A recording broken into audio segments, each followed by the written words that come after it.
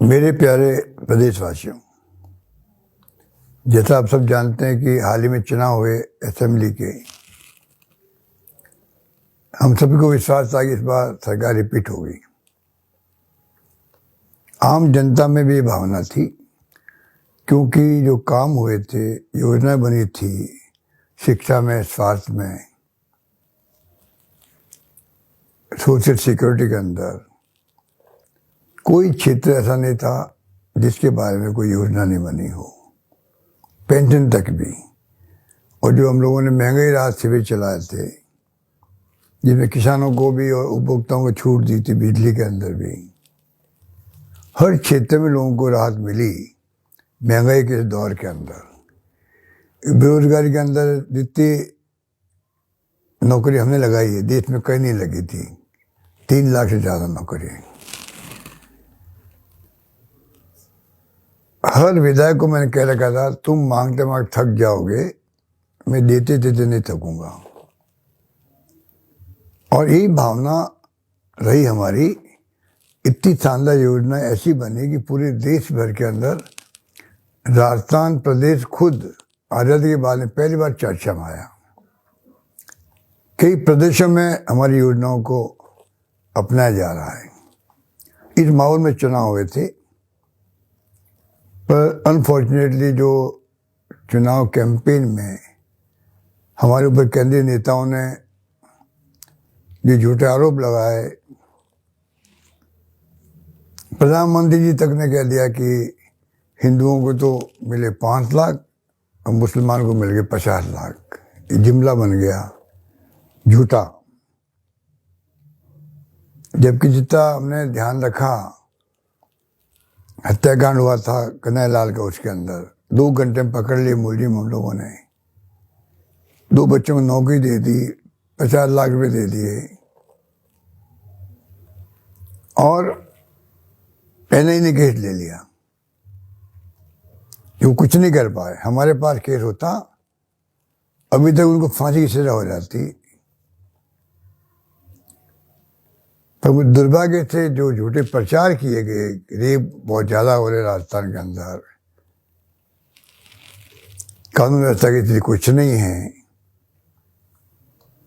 विकास ठप हो गया है। तो झूठे आरोपों के कारण से मैं समझता हूँ कि जनता को गुमराह करने में वो कामयाब हुए, हमारी सरकार ने बन पाई। अब 2-3 महीने हो गए सरकार बने हुए, अभी तो काम करना शुरू नहीं कर पाए। हमारी तमाम योजनाओं को बंद करने का काम किया या कमजोर करने का काम किया है। राजीव गांधी युवा मित्र थे, उन तक को नहीं बख्शा गया। अगर राजीव गांधी के नाम से ऐतराज थे, नाम बदल देते, पर कम से कम उनके काम को देखते, किस प्रकार वो सरकारी योजनाओं को घर घर तक पहुंचा रहे थे। ऐसे कई उदाहरण मिलेंगे आपको। 6 महीने हो गए राशन की दुकान वालों को कमीशन नहीं मिल रहा है। अनेकों उदाहरण हैं जिससे कि ये जाहिर होता है कि सरकार काम नहीं कर पा रही। इस माहौल में हम चल रहे हैं।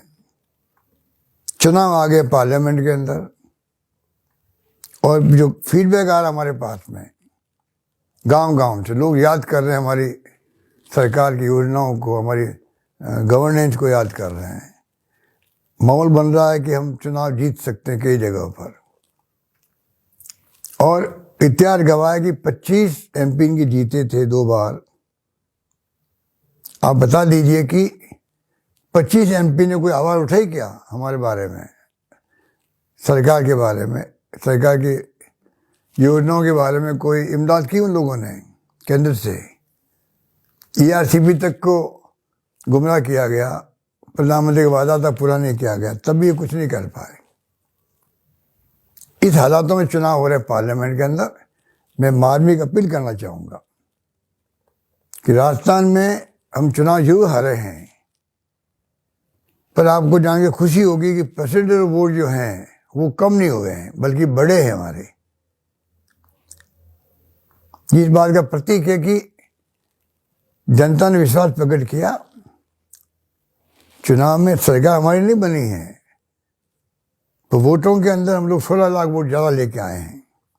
तो मैं कह सकता हूँ दावे के साथ में, ये जो माहौल बन रहा है, इस बार अगर जनता का आशीर्वाद मिलेगा और हम अगर अधिकांश सीटें जीत पाएंगे पार्लियामेंट के अंदर भी, तो थोड़ा सबक मिलेगा केंद्र सरकार को भी, ज़्यादा ध्यान देगी राजस्थान सरकार पर, जो भी सरकार बनेगी। और राजस्थान का जो हर क्षेत्र में जो प्रगति हुई है वो बेमिसाल है। आज पूरा देश जानता है इस बात को। सरकार हमने चलाई, 5 साल तक कई तकलीफें आई थी हमारे सामने, सरकार को गिराने का षड्यंत्र किया गया बीजेपी द्वारा, उसका भी मुकाबला हमने किया। कोरोना में शानदार काम किया, जिसकी तारीफ पूरे देश में नहीं दुनिया में हुई। हमारे विश्व स्वास्थ्य संगठन तक ने तारीफ करी भीलवाड़ा मॉडल की। तो राजस्थान ने कोई काम कम नहीं किए हैं, हर क्षेत्र में काम किए हैं, गुड गवर्नेंस दी है।